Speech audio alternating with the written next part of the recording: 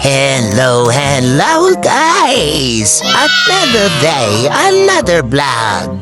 Hey, pero wag niyo nang pansinin ang buhok kong busagsak.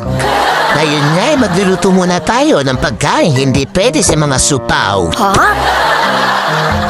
Ahahay! Tayaring mga ispa ay akin ang napiyaaw. What? Ayun ang aming sangkalang pangragunasan. Ito'y nailalabas lang kapag kaisirang paggagamitan. Guys, pagkatapos nga nating fiyautin, ito'y hugasan uli natin. Ay tatlo lang sana ang lulutuin ko. Ay baka si Kuya Jefferson de la Cruz ay ako ay mabambaw. Ay, shout out! At hari na nga, buburburan natin ng 386 na asin at saka natin hilamusain.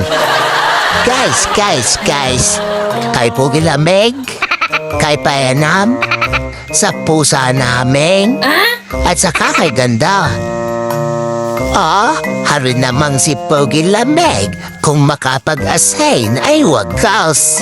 Ay baka naman iyang sinatuloy.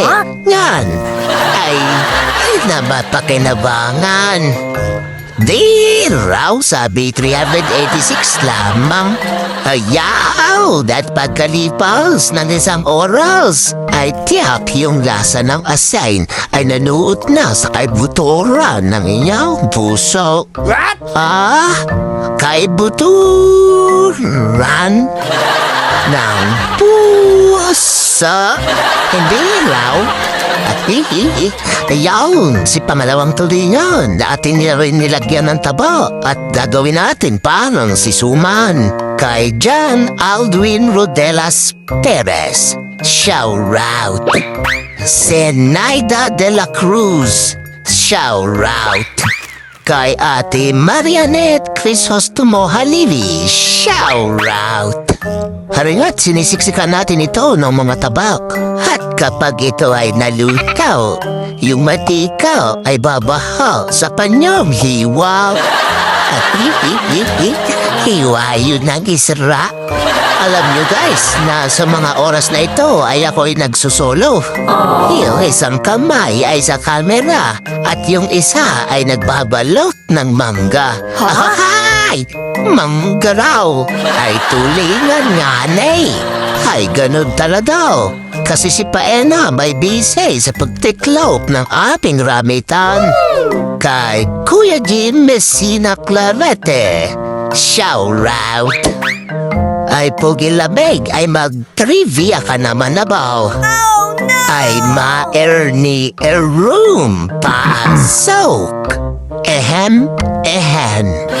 Alam nyo ba guys na ang Sinay na tulingan raw ay galing sa lalawigan ng Batangas? Ito ay ang tradisyonal na putahe na kung saan ng israng tulingan ay niluluto ng rahan-rahan sa palayok. Kasama ang asin, kamyas at taba ng baboy.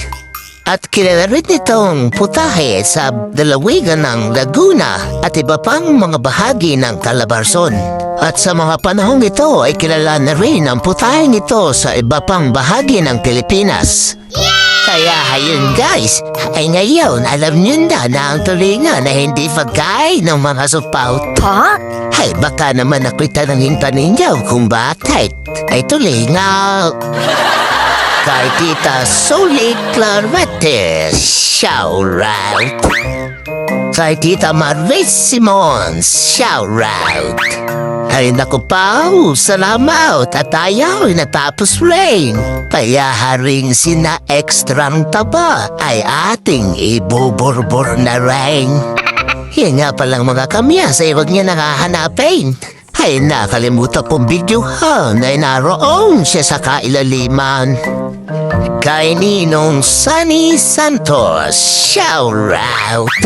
Ayaw na tilagyan ko na rin ng garlic para yung lasa ay maging terrific. Tapos ay sakluban pa ng rahon para sinasabaw ay hindi makaahon. Sabay ko ng takip para selyado at hindi maklabas ang init. Oh, nag-thumbs up pa. Ayan na nga guys, pagkalipas ng 2 linggong pagpapakulong. Ay, tignan na natin kung si Tuling yan ay naluto.